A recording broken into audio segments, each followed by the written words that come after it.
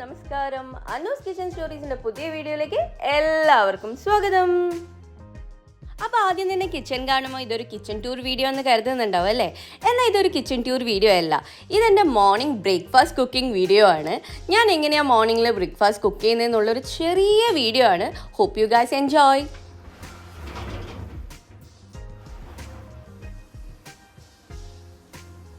രാവിലെ തന്നെ കിച്ചണിൽ വന്നിരുന്ന ഫസ്റ്റ് ഞാൻ ചെയ്യുന്നത് ആ വിൻഡോ ഓപ്പൺ ചെയ്ത് വെക്കും. എനിക്ക് പുറത്തേത്തെ കാറ്റ് കൊള്ളുന്നതാണ് കേട്ടോ കൂടുതൽ ഇഷ്ടം, അതിന് വേണ്ടിയിട്ടാണ്. അപ്പോൾ ഇന്നലത്തെ മാവ് കുറച്ച് ബാക്കി ഫ്രിഡ്ജിലുള്ളതുകൊണ്ട് ഞാൻ വിചാരിച്ചു ദോശ ഉണ്ടാക്കാമെന്ന്. അപ്പം ഞാൻ ദോശമാവ് ഫ്രിഡ്ജിൽ നിന്ന് എടുക്കുന്ന സീനാണ് നിങ്ങൾ ഈ കണ്ടുകൊണ്ടിരിക്കുന്നത്.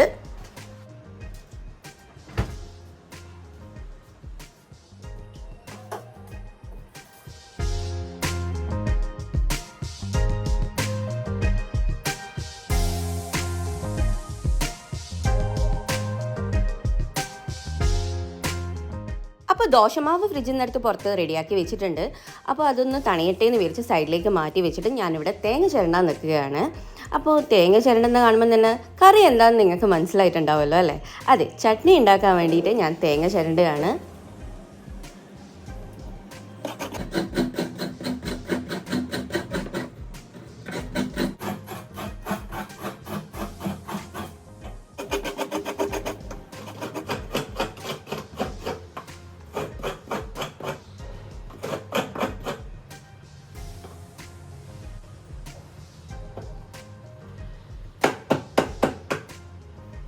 ഞാനിവിടെ അരമുറി തേങ്ങ ചിരണ്ടി വെച്ചിട്ടുണ്ട്. ശരിക്കും എനിക്ക് ചട്നി ഉണ്ടാക്കാൻ ഇത്രപാട് തേങ്ങേൻ്റെ ആവശ്യമില്ല. പക്ഷേ ചിരണ്ടുമ്പോൾ ഞാൻ വിചാരിച്ചു ആ അരമുറി മുഴുവനും ചിരണ്ടി വെക്കാമെന്ന്. അപ്പോൾ ബാക്കിയുള്ളത് ഫ്രിഡ്ജിൽ വെച്ച് കഴിഞ്ഞാൽ വേറെ എന്തിനെങ്കിലും നമുക്ക് ഉപയോഗിക്കുകയും ചെയ്യാമല്ലോ. എന്നാലും തേങ്ങ ചിരണ്ടേണ്ട ആവശ്യമില്ലല്ലോ. അപ്പോൾ തേങ്ങ ചിരണ്ടിയ പാടന്നെ ഞാൻ അവിടെ ആ ഏരിയ ഒന്ന് ക്ലീൻ ചെയ്തിട്ട് ചേരാപ്പലയൊക്കെ ഒന്ന് സൈഡിലേക്ക് മാറ്റി വെച്ചു.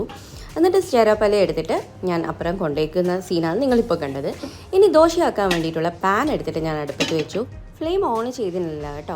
അതിൻ്റെ കൂടെ തന്നെ ഞാൻ വെച്ചു ചായൻ്റെ വെള്ളം കൂടി വെച്ച് കളയാന്ന്. അപ്പോൾ ചായൻ്റെ വെള്ളം വെച്ചു, ഫ്ലെയിം ഓൺ ചെയ്തു.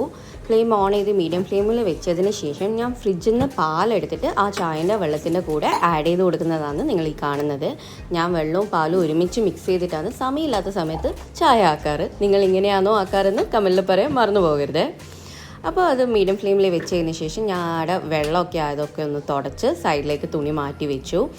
ഇനി ഫ്രിഡ്ജിൽ വെച്ചുകൊണ്ടാണെന്നൊന്നും അറിയില്ല, ദോശേൻ്റെ മാവ് ഒരു അല്പം തിക്കുള്ള പോലെ എനിക്ക് തോന്നിയുകൊണ്ട് ഞാൻ കുറച്ച് വെള്ളം ആഡ് ചെയ്ത് മിക്സ് ചെയ്യുന്നതാണ് ഈ കാണുന്നത്. മിക്സ് ചെയ്തതിന് ശേഷം ഞാനിതാ ദോശക്കല്ല് മാറ്റിയിട്ട് ഫ്ലെയിം ഓൺ ചെയ്ത് കൊടുക്കുന്നതാണ് അടുത്തതായി നിങ്ങൾ കാണുന്നത്. അപ്പോൾ ഫ്ലെയിം ഓൺ ചെയ്തിട്ട് നമുക്ക് വെയിറ്റ് ചെയ്യാം ദോശക്കല്ലൊന്ന് ചൂടായി വരാൻ വേണ്ടിയിട്ട്.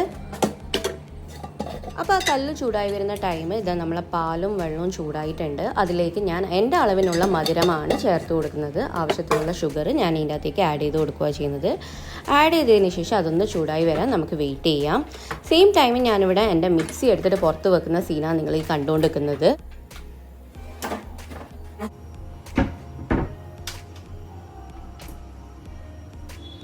അപ്പം നമ്മളെ ജാറും ഞാനിവിടെ എടുത്ത് കൊണ്ടുവച്ചിട്ടുണ്ട് ചട്നി ആക്കാൻ വേണ്ടിയിട്ട്. അപ്പോഴേക്ക് നമ്മൾ ദോശക്കല്ല് ചൂടായി കഴിഞ്ഞു. ഇനി നമുക്ക് ദോശേൻ്റെ മാവ് ഒഴിച്ചു കൊടുക്കുക പാനിലേക്ക്. എന്നിട്ടൊന്ന് പരത്തി എടുക്കാം നമുക്ക് ദോശ.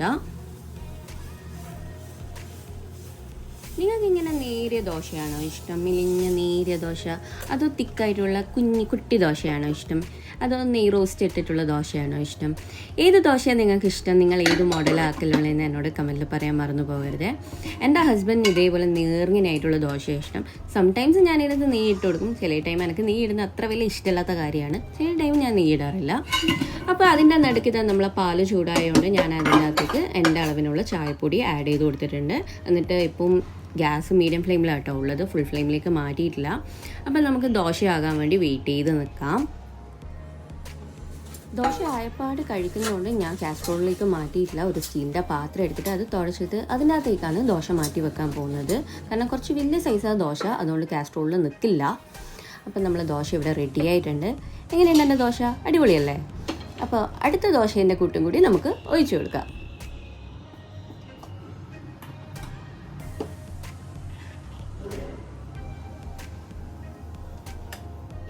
ഈ ദോശക്ക് ഞാനിട്ടിട്ടുള്ള പേര് നേരിയ പേപ്പർ ദോശയാണ്. നിങ്ങൾ എന്താ ദോശേനെ വിളിക്കാറെന്ന് പറയാൻ മറന്നു പോകരുത്.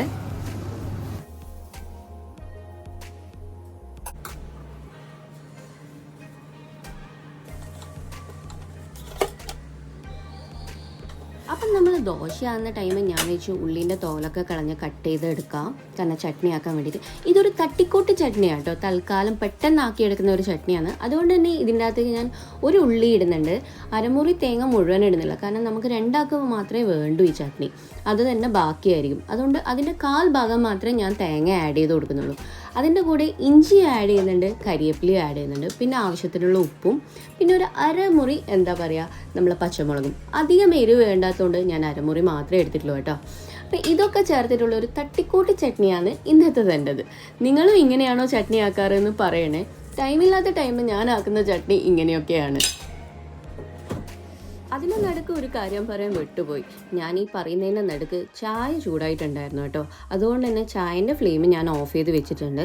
അഥവാ തിന്നുമ്പോഴേക്ക് തണിഞ്ഞു പോയിട്ടുണ്ടെങ്കിൽ ഒന്നും കൂടി ചൂടാക്കാമെന്നുള്ള പ്ലാനിൽ ആ പാത്രത്തിൽ തന്നെയാണ് കേട്ടോ വെച്ചിട്ടുള്ളത്.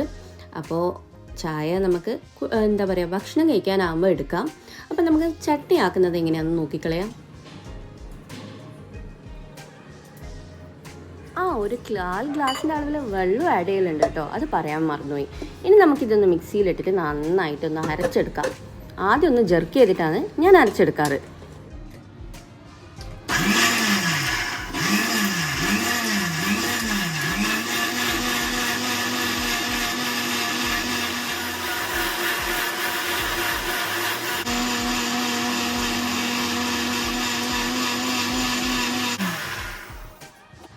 ചട്നി അരക്കുമ്പോഴേക്കും നമ്മൾ അടുത്ത ദോശയും ഇവിടെ റെഡിയായി കഴിഞ്ഞു.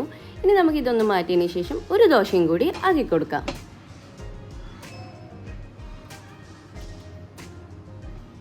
അപ്പോൾ ഞാൻ ദോശേൻ്റെ കൂട്ടൊഴിക്കുമ്പോൾ ഫസ്റ്റ് തന്നെ ഫ്ലെയിം ഫുൾ ഫ്ലെയിമിൽ വെച്ചിട്ട് കൂട്ടൊഴിച്ച് പരത്തിയതിന് ശേഷം ഫ്ലെയിം മീഡിയം ഫ്ലെയിമിലേക്ക് മാറ്റി കൊടുക്കാറുണ്ട് കേട്ടോ.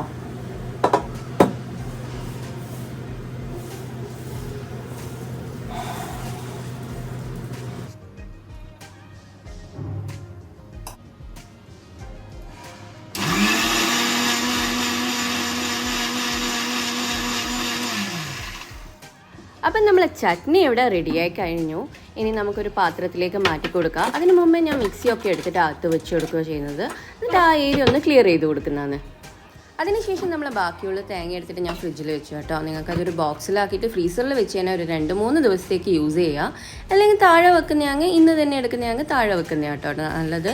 അപ്പം ഞാൻ ദോശയൊക്കെ കഴിക്കാനുള്ള പ്ലേറ്റും പിന്നെ ചട്നി വിളമ്പാനുള്ള പാത്രവും അതിൻ്റെ കൂടെ തന്നെ ചായ കുടിക്കാനുള്ള മഗ്ഗും ഒക്കെ റെഡിയാക്കി വെച്ചിട്ടുണ്ട്. പ്ലേറ്റ് കഴുകി കഴിയുമ്പോഴേക്ക് ഡ്രസ്സിൽ മൊത്തത്തിൽ അങ്ങ് വെള്ളമായി പോയി കേട്ടോ. ഒരുമാതിരി ആപ്രിൻ ഇടാത്തത് പണി കിട്ടിയ അവസ്ഥയിലായിപ്പോയി എൻ്റെത്. അപ്പോൾ ഒരു ടിഷ്യൂ പേപ്പർ എടുത്തിട്ട് ഞാൻ പ്ലേറ്റൊക്കെ തുടച്ച് നല്ല നീറ്റാക്കി വെച്ചിട്ടുണ്ട്.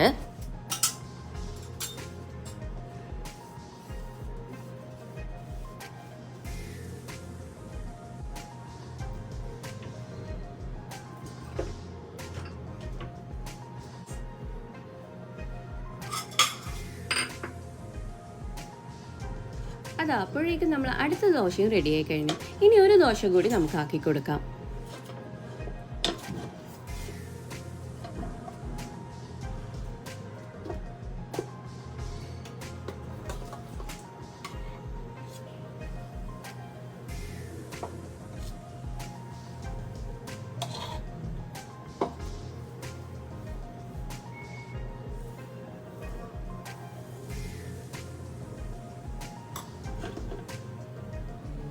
ആ ദോശ ചൂടായി വരുമ്പോഴേക്കും നമുക്ക് മിക്സീൻ്റെ ജാറിൽ നിന്ന് ചട്നി പാത്രത്തിലേക്ക് മാറ്റി കൊടുക്കാം. നിങ്ങൾക്ക് വേണ്ടിക്ക് ഈ ഒരു ടൈം വെള്ളം ആഡ് ചെയ്ത് കൊടുക്കാം കേട്ടോ. വെള്ളം വേണ്ടിക്കിൽ തിക്ക് ജാസ്തി ആണെങ്കിൽ, എനിക്കിങ്ങനെ തിക്കിൽ തന്നെ വേണ്ടുന്നതുകൊണ്ട് ഞാൻ വെള്ളം ആഡ് ചെയ്തിട്ടില്ല.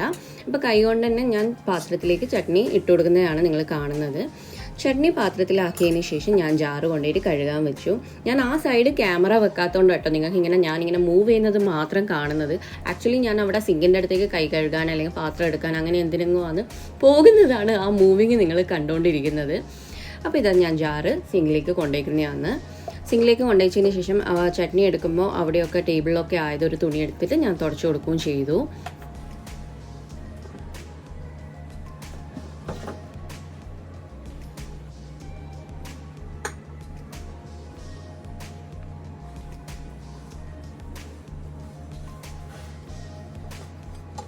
അപ്പോൾ ഈ ദോശ ആയതിന് ശേഷം ഇനി നമുക്ക് ചട്നിക്ക് വേണ്ടിയിട്ട് കടുപൊട്ടിക്കാം. കടുപൊട്ടിക്കുക എന്ന് പറയുമ്പോൾ വറുത്തിടുകയെന്നാണ് ഞാൻ ഉദ്ദേശിച്ചത്. ഞാൻ വറുത്തിടാൻ വേണ്ടിയിട്ട് ജസ്റ്റ് ഒന്ന് ഓയിൽ ചൂടാക്കും. അതായത് നമ്മൾ കോക്കനട്ട് ഓയിലൊന്ന് ചൂടാക്കിയിട്ട് അതിലേക്ക് കുറച്ച് കടുക് ഇടും. അതിൻ്റെ കൂടെ തന്നെ അല്പം ഒരു കരിവേപ്പിലയും പിന്നെ ഒരു 2 അല്ലെങ്കിൽ 1 കായ്മുളക് മാത്രമേ ഇട്ട് കൊടുക്കാറുള്ളൂ. ഇതാണ് എൻ്റെ വറുത്തിടലിൻ്റെ ഒരു രീതി. നിങ്ങൾ ഇങ്ങനെ തന്നെയാണോ ചെയ്യാറെന്ന് എനിക്കറിയില്ല. എങ്ങനെയാണ് ചെയ്യാറെന്ന് എന്നോട് കമൻറ്റിൽ പറയാൻ മറന്നു പോകരുതേ. ചൂടായ ഓയിലിൽ കടുവ ആഡ് ചെയ്തതിന് ശേഷം അത് പൊട്ടിയതിന് ശേഷം മാത്രമേ ഞാനിതിനകത്ത് കരിവേപ്പിലയും കായ്മുളകും ആഡ് ചെയ്ത് കൊടുക്കാറുള്ളൂ. അതിനുശേഷം ഞാൻ സ്റ്റവ് ഓഫ് ചെയ്തിട്ട് വറുത്തിട്ടത് ചട്നിയിലേക്ക് ആഡ് ചെയ്ത് കൊടുക്കുക ചെയ്യുക ഡയറക്റ്റായിട്ട്.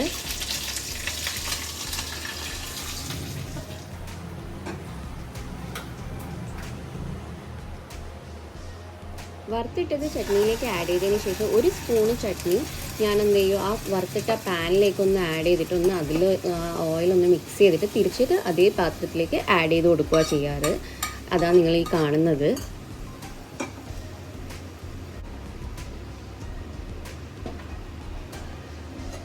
നമ്മൾ ആക്കി വെച്ച ചായ തണിയാത്തതുകൊണ്ട് ഞാൻ ഡയറക്റ്റ് ഇനി ഒരു മഗ്ഗിലേക്ക് ആഡ് ചെയ്തിട്ട് അങ്ങനെയാണ് കപ്പിലേക്ക് ആഡ് ചെയ്ത് കൊടുക്കുന്നത്. ഒരു സ്ട്രെയിനർ വെച്ചിട്ട് എന്താ പറയുക അരിച്ചതിന് ശേഷം കേട്ടോ മഗ്ഗിലേക്ക് ആഡ് ചെയ്ത് കൊടുക്കുന്നത്.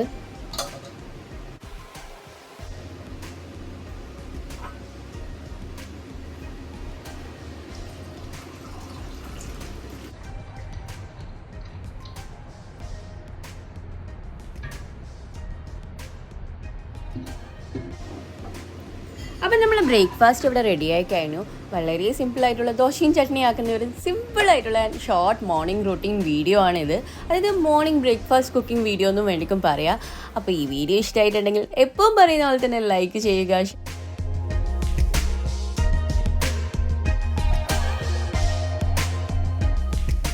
എൻ്റെ ഒരു ബ്രേക്ക്ഫാസ്റ്റ് റൂട്ടീൻ്റെ ഒരു സ്മോൾ വീഡിയോ ആണ്. നിങ്ങൾക്ക് എല്ലാവർക്കും ഇഷ്ടപ്പെട്ട് കാണുമെന്ന് ഞാൻ പ്രതീക്ഷിക്കുന്നു. ഇഷ്ടപ്പെട്ടിട്ടുണ്ടെങ്കിൽ ലൈക്ക് ചെയ്യുക, ഷെയർ ചെയ്യുക, കമൻറ്റ് ചെയ്യുക. എങ്ങനെ ഉണ്ടായിരുന്നു എന്ന് കമൻറ്റിൽ പറയാൻ മറന്നു പോകരുത്. അപ്പോൾ വീണ്ടും ഒരു നല്ല വീഡിയോ ആയിട്ട് ഉടനെ തന്നെ കാണുന്നത്.